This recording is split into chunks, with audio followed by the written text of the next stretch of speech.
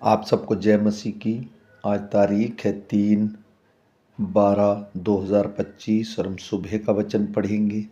हम पढ़ेंगे यूहन्ना की पहली पत्री में से उसका 2 अध्याय। हे मेरे बालकों, मैं ये बातें तुम्हें इसलिए लिखता हूँ कि तुम पाप न करो, और यदि कोई पाप करे तो पिता के पास हमारा एक सहायक है, अर्थात धर्मी यीशु मसीह, और वही हमारे पापों का प्रायश्चित है, और केवल हमारे ही नहीं वरन सारे जगत के पापों का भी। यदि हम उसकी आज्ञाओं को मानेंगे तो इससे हम जान लेंगे कि हम उसे जान गए हैं। जो कोई यह कहता है मैं उसे जान गया हूँ और उसकी आज्ञाओं को नहीं मानता, वह झूठा है और उसमें सत्य नहीं। पर जो कोई उसके वचन पर चले, उसमें सचमुच परमेश्वर का प्रेम सिद्ध हुआ है। इसी से हम जानते हैं कि हम उसमें हैं। जो कोई यह कहता है कि मैं उसमें बना रहता हूँ, उसे चाहिए कि आप भी वैसा ही चले जैसा वह चलता था। हे प्रियो, मैं तुम्हें कोई नई आज्ञा नहीं लिखता, पर वही पुरानी आज्ञा जो आरंभ से तुम्हें मिली है।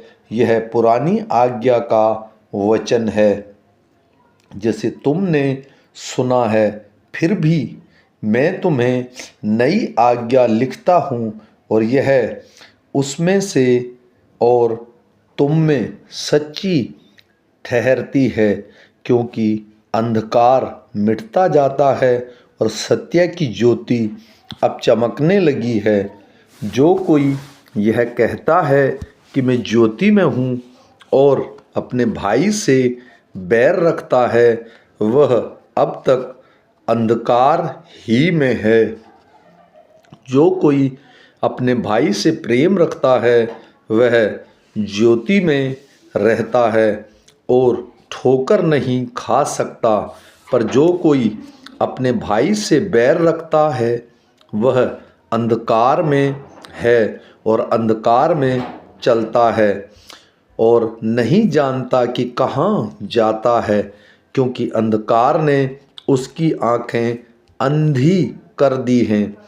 हे बालकों, मैं तुम्हें इसलिए लिखता हूँ कि उसके नाम से तुम्हारे पाप क्षमा हुए हैं। हे पितरों, मैं तुम्हें इसलिए लिखता हूँ कि जो आदि से है तुम उसे जानते हो। हे जवानों, मैं तुम्हें इसलिए लिखता हूँ कि तुमने उस दुष्ट पर जय पाई है। हे लड़कों, मैं तुम्हें इसलिए लिखा है कि तुम पिता को जान गए हो।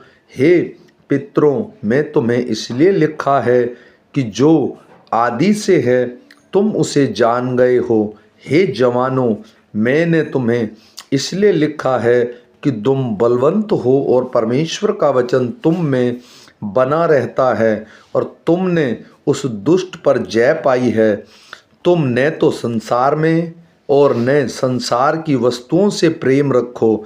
यदि कोई संसार से प्रेम रखता है तो उसमें पिता का प्रेम नहीं है, क्योंकि जो कुछ संसार में है, अर्थात शरीर की अभिलाषा और आँखों की अभिलाषा और जीविका का घमंड, वह तो पिता की ओर से नहीं परंतु संसार ही की ओर से है। संसार और उसकी अभिलाषाएं दोनों मिटते जाते हैं, पर जो परमेश्वर की इच्छा पर चलता है वह सर्वदा बना रहेगा। हे लड़कों, यह अंतिम समय है, और जैसा तुमने सुना है कि मसीही का विरोधी आने वाला है, उसके अनुसार अब भी बहुत से मसीह विरोधी उठ खड़े हुए हैं। इसमें हम जानते हैं कि यह अंतिम समय है।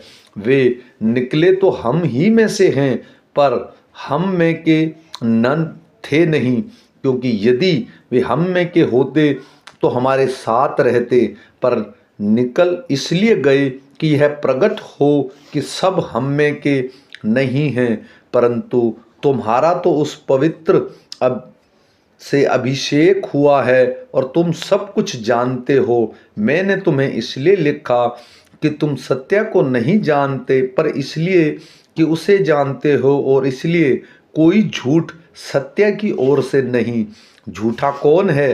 केवल वह जो यीशु मसीह के होने से इनकार करता है, और मसीह का विरोधी वही है जो पिता का पुत्र का इनकार करता है। जो कोई पुत्र का इनकार करता है उसके पास पिता भी नहीं।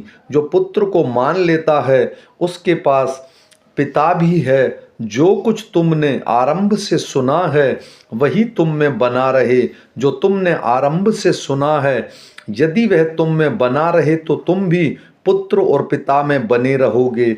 और जिसकी उसने हमें प्रतिज्ञा की वह अनंत जीवन है। मैंने ये बातें तुम्हें उनके विषय में लिखी हैं जो तुम्हें भरमाते हैं, परंतु तुम्हारा वह अभिषेक जो उसकी ओर से किया गया है तुम में बना रहता है, और तुम्हें उसका प्रयोजन नहीं है कोई तुम्हें सिखाए, वरन जैसा भी अभिषेक जो उसकी ओर से किया गया तुम्हें सब बातें सिखाता है, और वह सच्चा है और झूठा नहीं। और जैसा उसने तुम्हें सिखाया है वैसा ही तुम उसमें बने रहते हो। अंत हे बालकों, उसमें बने रहो, और जब वह प्रकट हो तो हमें हियाव हो, और हम उसके आने पर उसके सामने लज्जित ना हो। यदि तुम जानते हो कि वह धर्मी है तो यह भी जानते हो कि कोई धर्म का काम करता है वह उसमें जन्मा है।